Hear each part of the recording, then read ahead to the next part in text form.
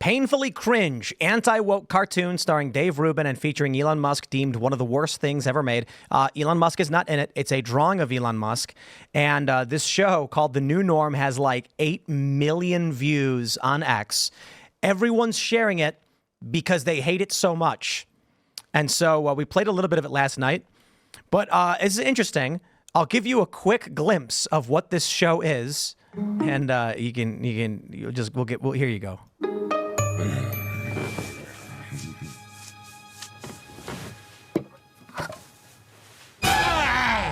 What's that?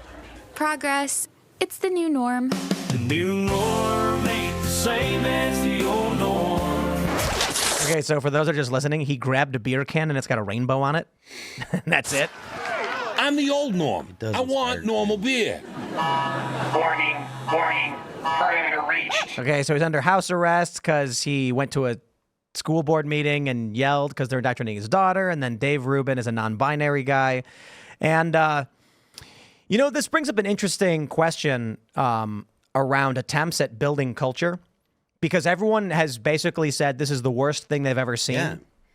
But, I don't want to discourage people from trying. I have opinions on this. So, like, as far as I'm concerned, like, if you're going to build culture, trying to build culture that caters to one political group is probably not the best idea. Like, everybody that listens to All That Remains and pays attention to the members of the band, they all know me. They know that I've been, partial to libertarian politics or conservative opinions and stuff. They know that I'm not particularly conservative socially, but they have an idea, right? But All That Remains, as a band, I don't get on stage and talk about anything political. And other people in the band have very different views. And I think the important thing about building culture is to be able to welcome people that disagree. That is one of the fundamental pillars of the United States, is you can disagree just so long as we can exist peacefully together. We don't have to have the same opinions. We don't have to agree all the time. And I think that, as much as it's important to make places that are acceptable for right-leaning opinions, it's more important, in my opinion, to make places that are acceptable for right-wing opinions that don't exclude people that are not exclusively right-wing. This show, it's basically just a whole bunch, and this is their like mini pilot, so who knows, but it's basically just a whole bunch of, hey, here's a thing that happened. Here's another thing that happened.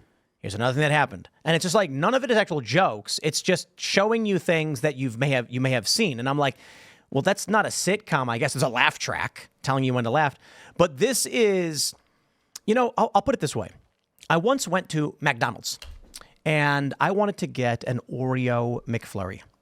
A classic. And the dude who was working the McFlurry machine thought he was being real nice. And so he dumped a load of Oreos, just went nuts with it. Like, people like it with that. I'm like, I can't eat this. It's basically just Oreo crumbs. Like, they think by jamming as much Oreo in there. So this whole thing is just like, remember, woke stuff. Okay, you want to make culture. I don't want to rag on you. I want to support you. Do it. But it's an obvious mistake. Here's my recommendation for what the show should have been. It should have been a normal family. It should have been a daughter in high school. She's not woke. The guy's not under house arrest. The neighbor should be woke. The neighbor should be friends with the family, should introduce weird scenarios that get the family into some hijinks, and the moral at the end is the family ultimately decides the woke thing isn't working because it's kind of weird or it causes them problems. Then it's our kooky woke neighbor, what a weirdo, and you're creating culture that will be understandable and relatable to by regular people that makes wokeness look like an other. Many people are calling this a psyop. And they're saying the intention is to show the old stodgy man out of touch with the young people, and the young people with establishment authority are actually normal, and he's not. That's why it's called the new norm. Yeah. I don't watch a lot of animated shows or anything like that, so I'm not sure I'm the best person to criticize this. I think generally I prefer art and cultural projects that are kind of more subtle, right? I mean, there is a history of political cartooning where you're kind of calling things out more directly, and so maybe this is the modern version of that. But generally, I think that there's a level of like, you want there to be a room for interpretation. You want people to be, you don't want to have to be able, you don't want people to like know the joke you're making before you make it, right? We kind of all know what.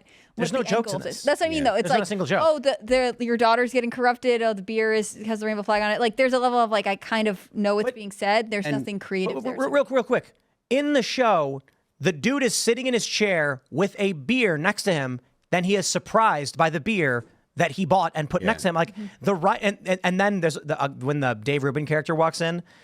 He's like, who's he? And the wife is like, the judge agreed to conditional parole. And he goes, what condition? Like, what do you mean, what condition? You were there. You were in court. What is this writing? Yeah, the writing is something that probably is where the biggest problem is. You essentially see this kind of stuff done properly with South Park. And the South Park guys know it's like, this happened so, not this happened and then this happened and this happened. It's this happened so they had to, or it's because of that they did this. And that's the way your story makes sense. But if it's just, reference a thing in woke culture, reference another thing in woke culture, reference another thing in woke culture, you're not going to make something compelling. You're not telling a story. And like I said, the guys in South Park have got a lock on this to make current things and make them relatable to people that may not have the same. I just got to point this out.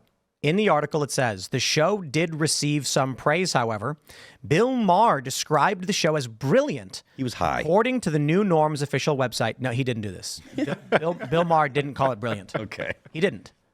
I feel bad, Bill, I feel bad for you. That they are besmirching your good name. In fact, I think... Are you confirming that Bill Maher never actually said that? I can confirm this, yes. You asked him? No, I don't need to ask him because I went to the New Norm's website. Oh, I see. And I It's looked not up. there. Oh, it's there. There. Let's see. What does that say? You want to read that? Read it in full, Phil? Having a hard time there, huh? Real-time host. No, you got to get in the microphone. Brilliant. Bill Maher, real-time host. Oh, speaking of shows creators' previous work. Nice. Oh, my This goodness. has got to be a prank or something. Like, this was made by some leftist who tricked Larry Elder, Dave, and Oh, my goodness. and being in it. Yeah, like, because this just makes... Oh, man, I got a text from Seamus Coughlin the other day, and he was like, we've got to make something, dude. This is so bad. I'm going to come back. He's great. Yeah. He's fun. Freedom Tunes is hilarious. Okay, I was talking about Freedom Tunes earlier today because I'm like, I'll give you, here's a funny one that Seamus did. They, Ta-Nehisi Coates, I think his name was several years ago.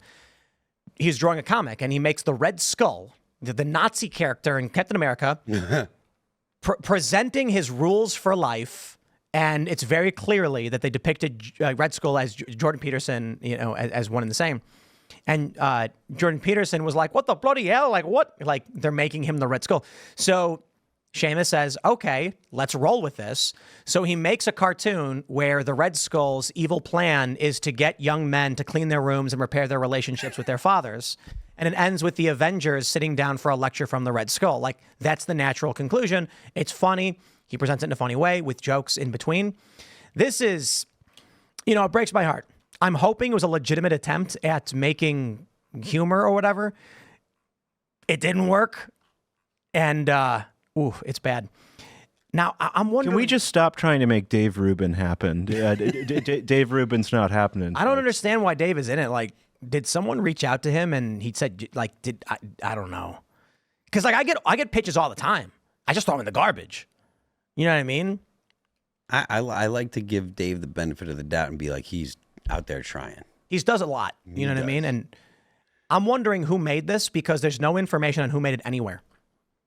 The Twitter account doesn't list anybody. They've got a bunch of Cal Arts graduates locked in a basement somewhere and chained to a radiator. And that's probably what it is. I will point out, however, there's one clue. Maybe you can figure this out because whoever made this, this is the wrong website. Whoever made this is followed by Dave Rubin. See this? Rubin Report follows you. I suppose I could literally just ask Dave who made it, but that would be a lot of work, to be completely honest, for something I don't care that much about. Criticizing the show makes me feel bad because we want people to build parallel culture and challenge this.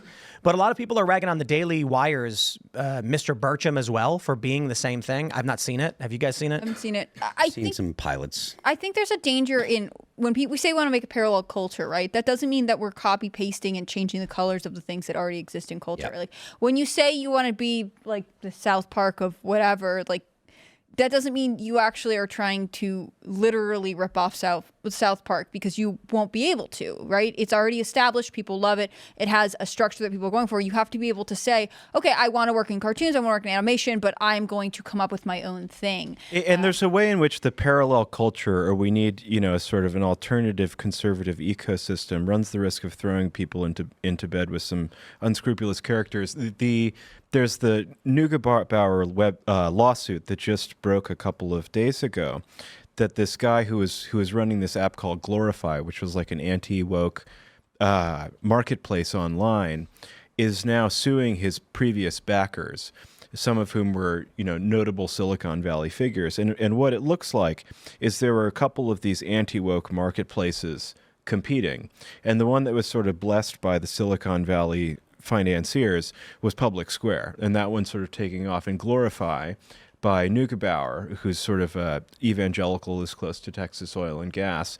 He's the one who got kind of thrown under the bus, and now he's upset and he's suing about it. And so, who runs the parallel economy? These are, questions a shrewd, unwoke person not to ask. Yeah. So someone super chatted saying to go to the Wayback Machine. There's way more there, and I did. And now I think there's more information. John Ratzenberger is the voice of the guy. I don't know what this is. Was this like a funding campaign? Oh, look at this. There's scripts available. This is so weird. Like, what is this? Maybe they scrubbed it because they're embarrassed, but they got like 8 or 9 million views on it. I'll do some digging. Norm, the grumpy dad. Janice, the mom and counselor. Chloe, the woke wannabe. Who is this? Chaz, the woke warrior. Charlie, the boss. And Billy, the emotional support dog. Genius. He's not a boss anymore, though. He got switched to being like the friend, it seems like. Brilliant. Bill Maher. Did you see that? They actually wrote that. Wow, Bill Maher. They're dragging you through this one, huh? Thanks for watching this clip from Timcast IRL. Make sure to check out the live show Monday through Friday at 8 p.m. on this channel. Subscribe, and we'll see you all there.